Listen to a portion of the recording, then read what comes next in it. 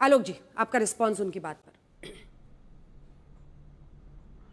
देखिए, मुझे लगता है कि पंडित नेहरू जी से तो इनको जनजात पूरी तरह से पूरे आरएसएस को, बीजेपी को एलर्जी है ही। पंडित किस शब्द के लिए है, पंडित क्या सूचक करता है, पंडित विद्वान को ज्यादा करता है, जाति ब्राह्मण को सूचक करती है। खैर, मैं उसमें नहीं जाना चाहता, लेकिन 10-12 साल का जो अभी इन्होंने कहा कि आज ज्यादा है, पहले ज्यादा था, मैं 10-12 साल के इतिहास को देखना चाहता हूं। हरियाणा के अंदर 3200 केस चल रहे हैं अभी भी। जब इनकी सरकार आई तो जाट वर्सेस नॉन जाट ट्रेनें जला दी इन्होंने। इनकी सरकार थी, उससे पहले कभी नहीं हुआ था। इन्हीं की सरकार थी कि जिस समय पर सैनी और तमाम जो चीजें हुई वो पूरे देश ने देखी। जब इनकी सरकार राजस्थान में थी तो मीणा वर्सेस गुर्जर 2 दर्जन से ज्यादा लोग ट्रेन की लाइनों पर और वहां पर लड़ते हुए मारे गए। मराठा वर्सेस नॉन मराठा अभी खत्म हुआ है महाराष्ट्र में, पिछले कई बरसों से इनकी सरकार है। उत्तर प्रदेश के अंदर, बिहार के अंदर यादव वर्सेस नॉन यादव, यही लोग करते हैं। आरएसएस तो हमेशा से दलित और मुस्लिम माइनॉरिटीज विरोधी रही ही है। हालत यह है कि उत्तर प्रदेश में जाति देखकर इलेक्शन के अधिकारी लगाए जाते हैं। अभी बाई इलेक्शंस में जो यादव अधिकारी थे उनको हटा दिया गया था। ये किसने किया था भाई? हालत यह है कि उत्तर प्रदेश में एनकाउंटर से लेकर तमाम चीजें तो हैं ही, उसके अलावा भी पोस्टिंग ट्रांसफर के ऊपर एक पत्रकार ने एक लिस्ट निकाल दी थी, उसके खिलाफ एफआईआर कर दी थी इन्होंने। आज हालत यह है कि इतना कुछ करने के बाद जिस बीजेपी ने, जिस आरएसएस ने जननायक कर्पूरी ठाकुर का गिरेबान पकड़ा था, मैं अपने शब्दों को रिपीट करता हूं, और पहली एक कैबिनेट होगी जो किसी राज्य के बाहर दिल्ली में हुई थी 78-79 में, कर्पूरी ठाकुर साहब की, जिसके ऊपर क्या क्या लांछन लगाए थे, उनकी सरकार को गिराया था। और आज ये लोग जिस तरह की बात कर रहे हैं कि सबसे ज्यादा समन्वय हमारे यहां पर है। अरे भाई, आपके यहां पर समन्वय है तो आप लगभग 450-500 सांसद आपके पास हैं, राज्यसभा लोकसभा के मिलाकर। आप एक सांसद नहीं पहुंचा पाते हैं मुस्लिम। अगर समन्वय की बात करते हैं तो आपको केवल गवर्नर मिलते हैं जो आपके इशारे पर कठपुतली बनकर काम करते हैं। आप किसी लोकसभा के टिकट को नहीं दे सकते हैं।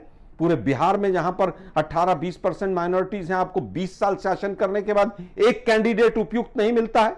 आपके तो तमाम प्रवक्ता कहते हैं कि हम मुसलमानों को टिकट इसलिए नहीं देते कि मुसलमान हमें वोट नहीं देता है। फिर वारिस जी और अभिषेक झा के पास जाएंगे जल्दी से। हाँ, मैं बताना चाहता हूं, हमने जिनकी बात कही ना आलोक शर्मा जी, अगर आपको ना पता हो तो इस्लाम में जो सबसे बड़ा नॉलेज का सेंटर था वो बैतुल हिकमत बगदाद था। उसके बाद पिछले 600-700 सालों में डॉक्टर कलाम से बड़ा साइंटिस्ट हुआ हो। मैं पूरे 56-57 मुस्लिम देशों की बात कर रहा हूं। बताइए पिछले 300-400 सालों में क्या तुलना आप करते हैं? और आप तो कह रहे हैं आप अपने विधायकों को टिकट देते, आप कह रहे हैं गवर्नर कठपुतली। आपके जमाने में होता है, कलाम साहब कठपुतली थे। आरिफ मोहम्मद खान साहब वो हैं जिन्होंने, सुनिए आपने अपने टर्न पे बोलिए सर, आरिफ मोहम्मद खान साहब वो हैं जो आपकी पार्टी से जब छोड़ के आए थे राजीव गांधी सरकार में। आरिफ साहब का दिया गया बयान है कि उनसे राजीव गांधी सरकार के कैबिनेट मंत्री ने कहा तुम शाहबानो केस के ऊपर क्यों मुद्दा उठा रहे हो?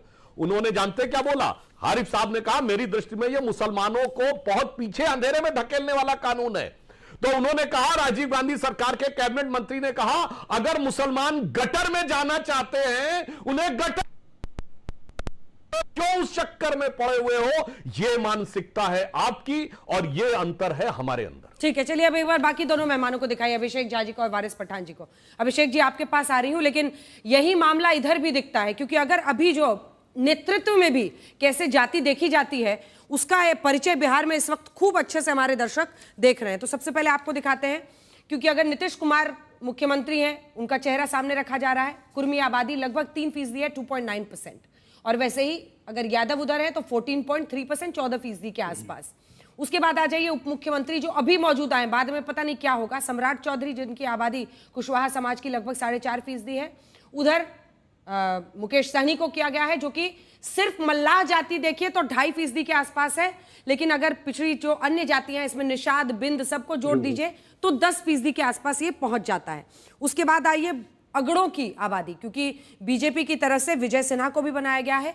तो भूमिहार जो वहां पर कुल है, लगभग भूमिहारों की आबादी है लगभग 3%, 2.86।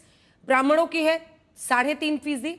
वैसे ही राजपूत भी 3.5%, लगभग 10 से 11% अगड़े होते हैं। उनका रिप्रेजेंटेशन 2.9% वाले भूमिहार उप मुख्यमंत्री से किया गया है। और इधर कोई भी हो सकता है, मतलब जो दलित है 19.7% या फिर जो मुस्लिम है लगभग 18%। और ये इसके जरिए भी तो एक पूरा कार्ड खेला जाता है। तो जातिवादी और नीतीश कुमार का तो झाजी इसीलिए नाम लिया जाता है कि उन्होंने एक सोशल इंजीनियरिंग वहां पर की और ईबीसी का एंटी यादव कंसोलिडेशन पिछड़ों का करके वो कामयाब हुए। क्या ये सही नहीं है? चलिए, आज की डिबेट अंजना जी पूरी तरीके से फोकस्ड है उस स्टैटिस्टिक्स पर जिसमें जातियों के आंकड़ों को बहुत बेहतर तरीके से तोला जा रहा है। आप तो बिहार से ताल्लुक रखती हैं और लंबे समय से आपने बिहार को कवर भी किया है।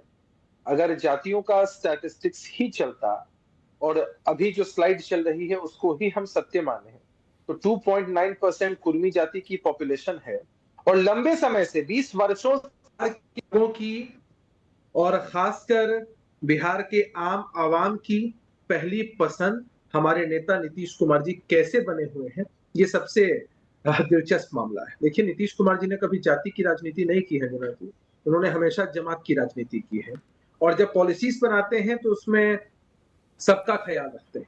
अभी चितरंजन जी बता रहे थे कि आप अधूरा सवाल सुने ना, इसीलिए आप इसको इस तरह से बताने लगे। ये सबको पता है 2.9% कुर्मी है, लेकिन उन्होंने सोशल इंजीनियरिंग की जिसमें अति पिछड़ों को ईबीसी, और उस पर सबने एनालिसिस किया कि ईबीसी के जरिए कैसे उन्होंने एक एंटी यादव कंसोलिडेशन किया। वहां पर ओबीसी में भी जो पिछड़े हैं उनको भी उन्होंने इकट्ठा किया अपने साथ। इसको इस दिशा से मत देखिए, इसको कोई इस दिशा से देखिए कि वोट बैंक की राजनीति को साधने के लिए नीतीश कुमार जी ऐसा किया है, ऐसा नहीं है। जब राष्ट्रीय जनता दल के लोगों को काम करने का मौका मिला और इनके खास जिस समीकरण की बात ये करते हैं, उन्होंने समाज के हर तबके का दमन करना शुरू किया। सिर्फ भूरा बाल साफ करो के नारे तक ये रुक गए होते तो इनकी परिस्थिति इतनी बुरी नहीं हो रही होती। जिस तरह से इनके लोगों ने पिछड़ा समाज के लोगों की जमीनें कब्जाई, उनको प्रताड़ित किया, शोषित किया, इससे एक भय का माहौल राष्ट्रीय जनता दल के लोगों ने स्थापित किया बिहार के अंदर और एक विरोध का माहौल जो है वो इनके खिलाफ बड़ी बुरी तरीके से और बड़ी तेजी से इस बिहार के अंदर व्याप्त हो गया कि ये लोग ऐसे हैं जो सिर्फ शोषण की राजनीति को ही जानते और समझते हैं। चितरंजन जी ये भी बता रहे थे कि जाति क्या है। हमें लगता है कि चितरंजन जी की जाति जिसके विषय में वो बता रहे थे वही जाति एक कारण होगी शायद कि इनके जैसे विद्वान प्रवक्ता को भी राष्ट्रीय जनता दल ने आज तक कोई सम्मान नहीं दिया है, किसी पद पर नहीं बिठाया है। और हरियाणा से लोग चले आते हैं, देखिए ना, डोमिसाइल नीति की बात होती है इस बिहार के अंदर, तेजस्वी जी डोमिसाइल नीति लागू करने की बात करते हैं और राज्यसभा अगर किसी को भेजना होता है तो अमुक जाति से आने वाले व्यक्ति को हरियाणा से लाकर के राज्यसभा भेज देते हैं। चितरंजन गगन जी जो राष्ट्रीय जनता दल के वरिष्ठ नेता है, एक्सपीरियंस्ड आदमी है, इनको नहीं भेजते हैं क्योंकि इनकी भी जाति शायद राष्ट्रीय जनता दल को सूट नहीं करती होगी। खैर, ये जाति है कि जाति नहीं है, तो इनके लिए जाति प्राथमिकता हो सकती है। नीतीश कुमार जी के लिए सबसे बड़ी प्राथमिकता, एनडीए के लिए प्राथमिकता यही है। ठीक है, चितरंजन जी इस पर रिस्पॉन्ड करना चाह रहे हैं, जल्दी से 2 लाइन में सर, मुझे वारिस भाई के पास भी जाना, बहुत देर से वेट कर। अंजना जी, पहले मैं स्पष्ट कर दूं कि राजनीति में कोई केवल सांसद और विधायक बनने के लिए नहीं आता है। अगर सांसद और विधायक बनने की इच्छा रहती तो जिस समय मैं राजनीति में आया, मेरा पूरा खानदान कांग्रेस में रहा है, बड़े बड़े पदों पर रहा है, मैंने विपक्ष की राजनीति शुरू की। और ब्राह्मणों की बात है तो मनोज झा जी राज्यसभा में सांसद है, अशोक पांडे जी बिहार विधान परिषद में मेंबर है। अब आइए इस सवाल पर, अति पिछड़ों को जितना सम्मान और स्थान राजद शासनकाल में मिला, लालू जी ने दिया सबसे पहले उन तबकों को। अभिषेक झा जी आप अपना देखिए, वो कह रहे हैं मनोज झा जी देखिए राज्यसभा में है ना मनोज झा जी, तो वहां पर ये लाइन और मैं कहना चाहता हूं, जल्दी से बोलिए। कोई राजनीतिक पूंजी है दलित को महादलित में, क्योंकि रामविलास जी से उनको नफरत था तो इसलिए पासवान को छोड़कर सारे जाति, अनुसूचित जाति के जाति को जो सो महादलित में कर दिए और पासवान को छोड़ दिए। अब लेकिन आजकल तो खूब मिल रहे हैं उनके बेटे चिराग जी और नीतीश बाबू की। कल की तस्वीर भी दिखा दीजिए जो दोनों का मिलना जुलना हुआ है। पहले ये सवाल हम लोग बार बार पूछते थे, शायद इसी वजह से ये हुआ है। वारिस जी, सबसे ज्यादा तो आप ही लोग लपक रहे हैं ये वाला मुद्दा कि भाई मुस्लिम को कितना टिकट दिया, मुस्लिम को तो उन्होंने दिया है, 29 मुस्लिम उम्मीदवार है महागठबंधन की तरफ से। आप लोग कितना लड़ा रहे हैं इस बार चुनाव में? 23 हैं, 23 के 23। देखिए अंजना जी, हमारे लिए एक तरफ बीजेपी है, एनडीए, दूसरी तरफ कांग्रेस है, आरजेडी है और ये महागठबंधन है। मैं कहूँगा कि दोनों भी एक ही सिक्के के दो पहलू। ऐसा मैं क्यों बोल रहा, अभी आपको बताता हूँ। बीजेपी से तो कभी हमको उम्मीद थी नहीं कि मुसलमानों को कभी टिकट देंगे, मुसलमान का पॉलिटिकल एम्पावरमेंट करेंगे, क्योंकि आज़ादी से लेकर अब तक पहली बार ये देखा गया है कि कैबिनेट के अंदर एक भी मुसलमान मंत्री नहीं है मुख्तार अब्बास नकवी के बाद। बात नंबर 2, अभी जेडीयू की बात करें, पिछली मरतबा उन्होंने 11 मुसलमानों को टिकट दिया था, इस मरतबा प्रमोशन कर दिया और 4 पे आ गए। कितनों को दे रहे हैं अंजना जी? हमने 26 लोगों को टिकट हमारी तरफ से दिया और हमारा जो ग्रैंड डेमोक्रेटिक अलायंस है उसकी तरफ से, जिसमें एएसपी के चंद्रशेखर जी है, मौर्य जी है, सब टिकट दे रहे। अंजना जी अब दूसरी तरफ अभी आई है इनकी तरफ, महागठबंधन की तरफ, इनसे भी क्या उम्मीद रखी जाए? उम्मीदवार हैं 22, बाकी नॉन मुस्लिम को दिया है हमने। जरा बोलने दीजिए अंजना जी, सब 5 जन बोल रहे थे, आप आराम से सुन रहे थे। मुझे भी ऐसा उम्मीद और मेरे भी अरमान है, मेरा भी अरमान है कि अंजना जी मुझे भी आराम से सुनिए ना। अब इस तरफ में मैं बात करना चाह रहा हूँ। इनका क्या स्लोगन था? जिसकी जितनी संख्या भारी उसकी उतनी हिस्सेदारी, MY फैक्टर। अब संख्या के हिसाब से अगर देख लो, बिहार के अंदर तो 19% मुसलमान है। कितने को टिकट दिया उन्होंने? 30 को।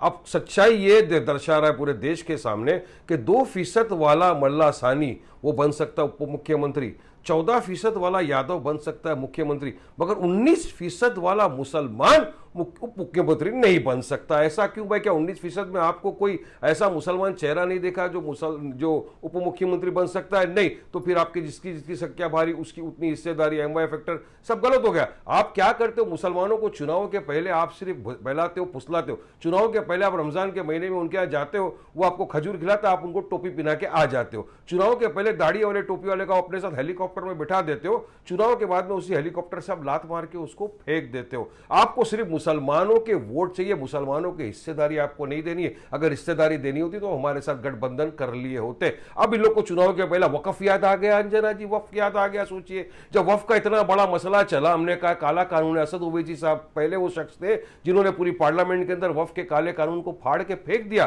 तब ये कहते कहीं नहीं। उसके बाद जब सुप्रीम कोर्ट के अंदर जाने का टाइम आया, ओवैसी साहब ने, हमारे बिहार के प्रेसिडेंट अख्तर इमान साहब ने याचिका दायर की। इन्होंने कोई याचिका दायर की क्या? वहां पे नहीं की। तो आज इनको समझ में ये बात आ रही है कि मुसलमानों का वोट बहुत अहम फैक्टर कर रहा है। MIM वालों की तरफ सब जा रहे हैं, तीसरा विकल्प मुसलमानों को मिल चुका है। तो अब ये वक्फ का लेकर आ गए, अब हेलीकॉप्टर के अंदर मुसलमानों के साथ घूम रहे। अरे मैं बताना चाहूंगा, बिहार का सबसे पिछड़ा हुआ वर्ग तो सीमांचल है। सीमांचल क्यों इतना पिछड़ गया? क्योंकि वहां 65% से ज्यादा मुसलमान लोग रहते हैं। क्या क्या आपने सीमांचल को स्पेशल स्टेटस दिखाया? आपने नहीं दिखाया। आज सीमांचल के अंदर अंजना जी आप जाइए, कोई भी आपको मेडिकल कॉलेज या इंजीनियरिंग कॉलेज नहीं दिखेगा। पूर्णिया के अंदर बोला था हाईकोर्ट का बेंच बनाएंगे, नहीं बनाया। आज भी लोगों को जाना पड़ता है वहां पे पटना के अंदर। आज भी वहां पे मैं था अंजना जी, मैं वहां रह चुका हूं 15 दिन। मैंने देखा है किस तरह से आज भी लोगों के पास एक पढ़ने के लिए बराबर कॉलेज नहीं है, एडमिनिस्ट्रेशन के लिए कोई बराबर वर्क नहीं। रोड की हालत आप देखिए, थोड़ा सा बारिश आता है पूरा के पूरा पानी बह जाता है। कितने मुसलमानों के लोगों के नाम चले गए SR की पत्रिका में, इन्होंने क्या क्या, कुछ नहीं। इसका मतलब साफ है कि आपको मुसलमानों को हिस्सेदारी नहीं देना है, आप सिर्फ उनको अपने वोट बैंक के लिए इस्तेमाल करते हो। यही वजह है कि 70 साल से भारत का मुसलमान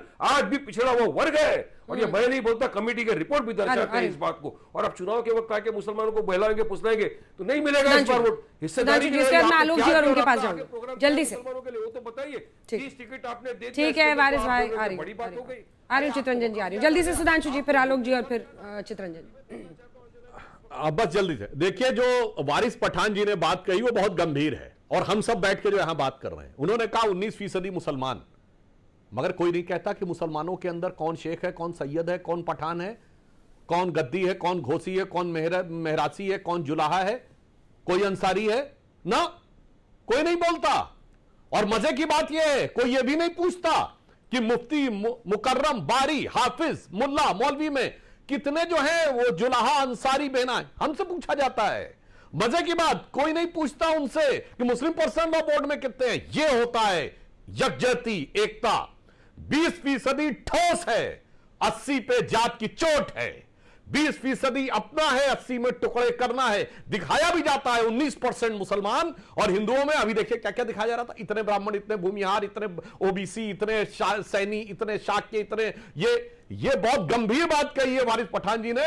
और मैं कहूंगा जो आपके लाखों करोड़ों लोग देख रहे हो बिहार के या देश के, उन्हें इनसे समझना चाहिए। जो एकजुट रहता है उसकी बात पे झुकना पड़ता है। लालू प्रसाद यादव जी जिस समाज का प्रतिनिधित्व करते वो गोपालक समाज था, वो इन लोगों को गाय खाने से रोक नहीं पाए। इन लोगों ने मुहर्रम के ताजिए के आगे झुकवा दिया और इमारतें शरिया में तेजस्वी यादव से बुलवा दिया। ये होती है ताकत जो वारिस पठान जी ने कहा, जरा गंभीरता से सोचने की जरूरत है। ठीक है।